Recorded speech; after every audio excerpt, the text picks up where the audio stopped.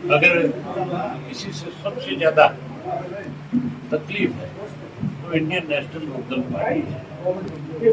भाजपा को इस बात का एहसास हो गया सम्मान दिवस के बाद कि तुम्हें कांग्रेस तो सत्ता से पार नहीं कर सकती, लेकिन इंडियन नेशनल लोकदल पार्टी को आने वाले समय में भाजपा को सत्ता से पार।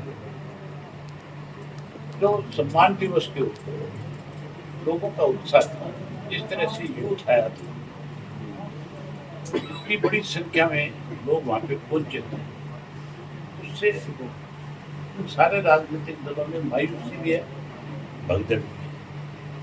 बहुत सारे साथी आज अलग अलग पार्टियों को छोड़कर के इंडियन नेशनल लोकदल पार्टी में अपनी आस्था व्यक्त कर।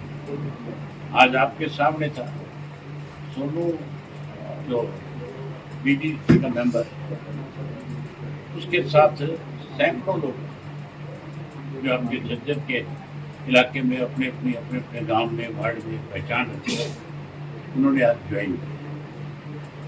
मैंने आपसे पहले भी कहा था 25 तारीख के बाद ज्वाइन करने वाले लोगों की लाइन ये शुरुआत है, आप देखना, क्योंकि इन लोगों से लोगों का विश्वास उठ गया, भरोसा उठ गया।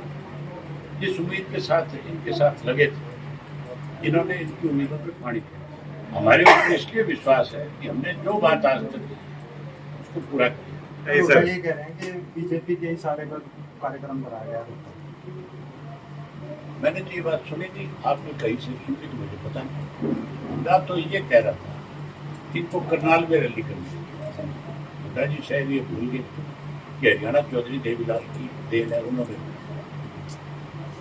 चौधरी देवीलाल का जन्मदिन कहाँ मनाएं, ये हम तय करेंगे, कोई दूसरा तय नहीं कर सकता। ये हमारा फैसला था कि रोहतक में करेंगे, अगले साल किस जिले में करना है ये फैसला भी हमारी पार्टी। आईपीएस अधिकारी ने सुसाइड किया, बहुत दुर्भाग्यपूर्ण बात है।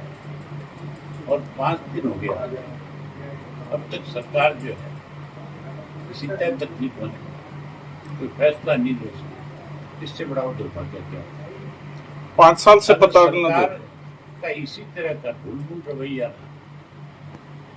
तो सरकारी जो अधिकारी है, फिर उनको तो किसी भी तरीके से सरकार दबाव में लेकर के काम करा सकती। उनको भी सरकार दबाव में रख करके काम करना चाहती थी। वो ऑनेस्ट आदमी थे, उन्होंने कभी इस बात की परवाह नहीं की। उन्होंने हमेशा जो सही था उसको लेकर के आगे उनके बाद से उन्होंने सुसाइड किया।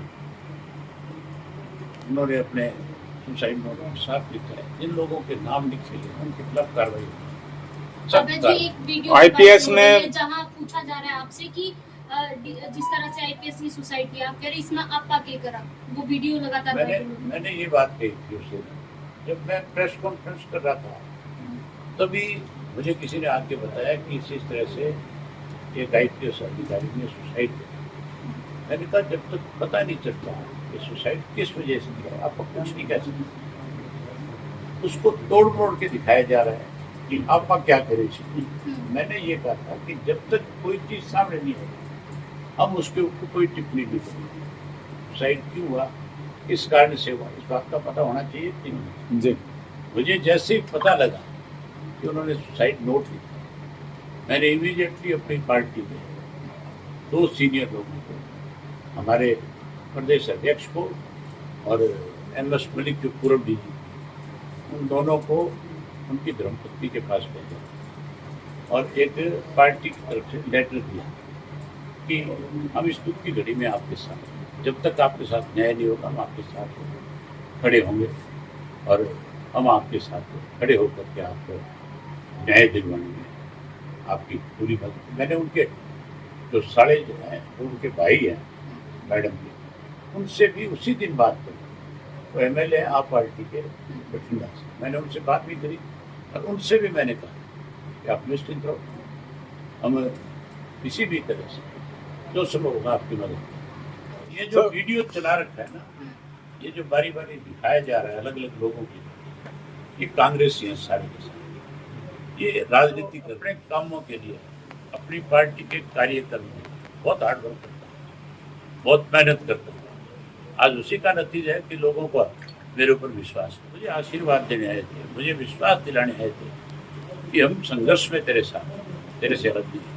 ये अबे चौटाला किसी अच्छे आदमी का नाम सर दीपेंद्र हुड्डा ये कह रहे हैं कि नेलो पार्टी को गैंग पार्टी बता रहे हैं। गुलाबी गैंग तो हमने सुनी थी, चौटाला गैंग तो नहीं सुनी थी। आपने सुनी तो बता दें। गुलाबी गैंग तो पुराना नाम है। आईपीएस हैं, उनकी पत्नी आरोप लगा रही हैं कि जो एफआईआर दी गई थी उसको तोड़ मरोड़ के लिखा गया है, उनके नाम हटा दिए वो गए। संतुष्ट नहीं है। वो कह रहे हैं कि हत्या का धाराएं भी मामला दर्ज गलत किया जाए, लगाई ना है। कि जो है अभी आक्रमण। हम भी तो यही कह रहे हैं कि उनके साथ न्याय होना चाहिए। वो आईपीएस वो आईएएस अफसर है, उनको सारी चीज की कानून की जानकारी है। उन्होंने इसीलिए पोस्टमार्टम नहीं करवाया ना, तो उसमें कानूनन पेचीदगियां छोड़ी गई है, वो पूरी करनी चाहिए। सरकार को किसी को बचाना नहीं चाहिए। जो कसूरवार है उसके खिलाफ कार्रवाई होनी आखिर 5 साल से प्रताड़ना झेल रहे हैं, आखिर सरकार इस मामले में मौन क्यों थी? उनको आत्महत्या करनी क्यों चाहिए। पड़ी? ये बात आप उनकी वाइफ से पूछो, सरकार से। मुख्यमंत्री को तुरंत प्रभाव से डीजीपी को भी छुट्टी पे भेजना। जब तक वो इन पदों पे रहेंगे तब तक निष्पक्ष जांच नहीं होती। जांच का भी एक दायरा होता है। कोई डीएसपी स्तर का अधिकारी अगर जांच करेगा, वो डीजी से क्या पूछताछ करेगा? जब तक डीजी उस पोस्ट पे है, तो दिक्कत है।